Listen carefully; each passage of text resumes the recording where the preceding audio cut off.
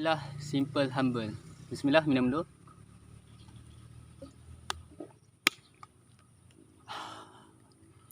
Okey, kalau perasan video sebelum ni, kita cerita tentang saya main basketball kan, saya main-main kan. Ingat balik apa yang saya buat. Lepas tu saya banyak berletiak. Berletiak ni maksudnya berletih. Okey, saya orang Pening yang duduk kat KL ni. So saya cakap ni kadang Pening, kadang KL. Okey, dalam video sebelum ni anda dapat lihat yang saya tiba-tiba lepas semangat beredah ni, otak berkembang sikit. Dah lama karaan, dah keluar toksik, peluh semua dah keluar. Saya terfikir apakah kebaikan dan hikmah COVID-19 ni. Okey, video kali ni saya akan terang dengan lebih spesifik, dengan lebih senang, mudah faham insya-Allah. Sebab video sebelum ni lepas main-main tu terangsang otak terus terbagi ceramah-ceramah. So ni saya dah cool down sikit, dah minum air tadi. So saya akan sampaikanlah hikmah COVID-19. Okey.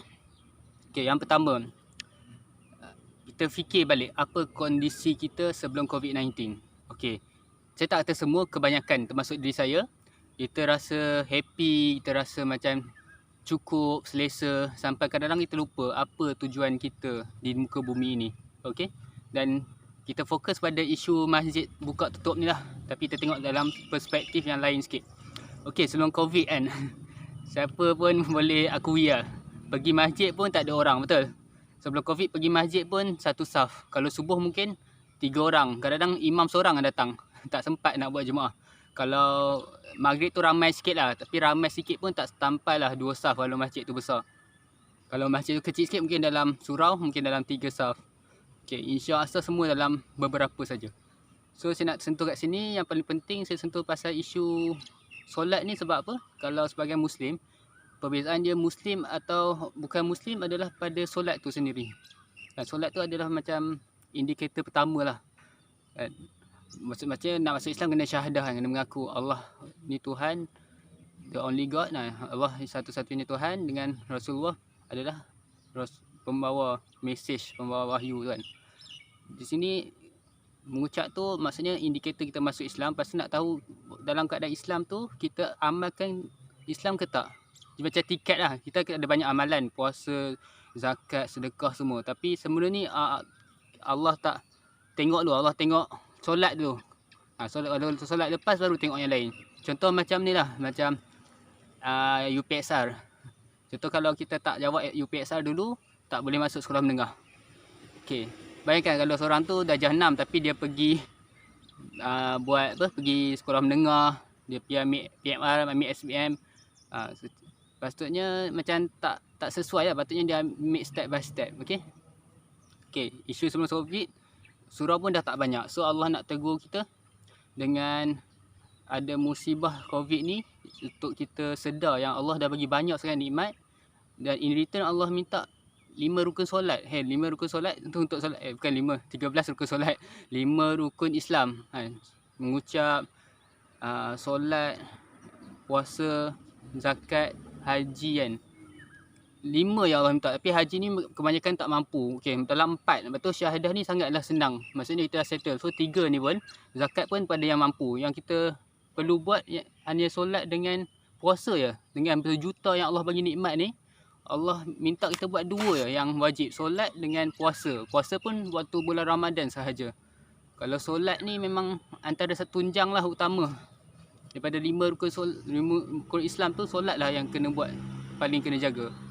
So yang saya nampak dalam COVID ni, Allah bagi musibah supaya kita sedar berjuta nikmat yang Allah bagi ni. Allah minta 2, solat dengan puasa. Ni semua orang macam tak ada puasa bulan Ramadan ni. Orang miskin ni, orang kaya memang kena buat. Kalau orang sakit pun dia kena buat dalam keadaan solat yang paling minimum. Guna mata, guna hati pun kena solat. So Allah bagi berjuta nikmat, mata, dapat oksigen. Allah minta 2 je. Yang tu pun kita tak mampu nak tunaikan. Allah letak COVID-19 ni supaya kita sedar yang banyak nikmat yang kita boleh buat sebelum COVID. Dengan SOP, waktu COVID kita tak boleh buat. Bila kita tak boleh buat betul tu, baru kita rasa, oh sebelum ni saya boleh buat, itu ada nikmat yang besar. Contoh, sebelum ni boleh beraya dengan family, nikmat yang sangat besar.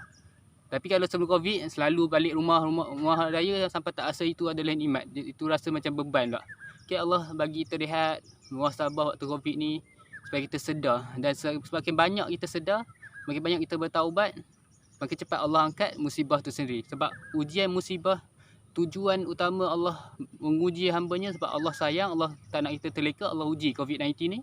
Contoh, bila kita nak hapuskan kan, nak minta Allah tarik angkat musibah ni kembali, secara logiknya kita kena laksanakan Allah bagi musibah kat kita untuk kita sedar. So kalau kita sedar, kita bertaubat, kita minta doa pada Allah, kita berazam lepas COVID ni dah hapus semua, kita nak penuhkan surau macam solat Jumaat pada setiap waktu, insya-Allah cepatlah musibah tu ditarik. Tapi Allah Maha bijaksana, Allah Maha pengatur, Maha pemurah, Maha penyayang semua.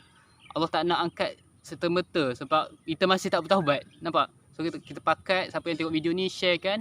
Kalau kita sama-sama berpakat, bertaubat, kurangkan maksiat kan, kurangkan perkara yang negatif, buat macam Habib Liu kan. Contoh, bayangkan kalau semua orang berhati macam Habib Liu yang menggambarkan Islam, bila bermasa Allah akan tarik musibah ni. Sebab tujuan musibah ditimpa sebab Allah sayang, Allah nak kita sedar. Kalau kita dah sedar, Allah akan tariklah musibah ni dan kita boleh kembali normal dan menikmati saat indah kita yang kita tak boleh buat waktu PKP ni. Okey, itu saja untuk kali ini. Kalau anda rasa manfaat, sila subscribe kat bawah ni, butang merah tu. Anda rasa ni penting, anda betul perlu beritahu. Anda tengok video ni, anda rasa bermanfaat pada diri anda dan anda nak orang yang tersayang anda dapat ilmu ni, dapat info ni, anda nak terangkan, mungkin anda rasa macam segan kan. Kita pun tak, saya pun sendiri segan, sebab tu saya bagi ceramah kat video ni.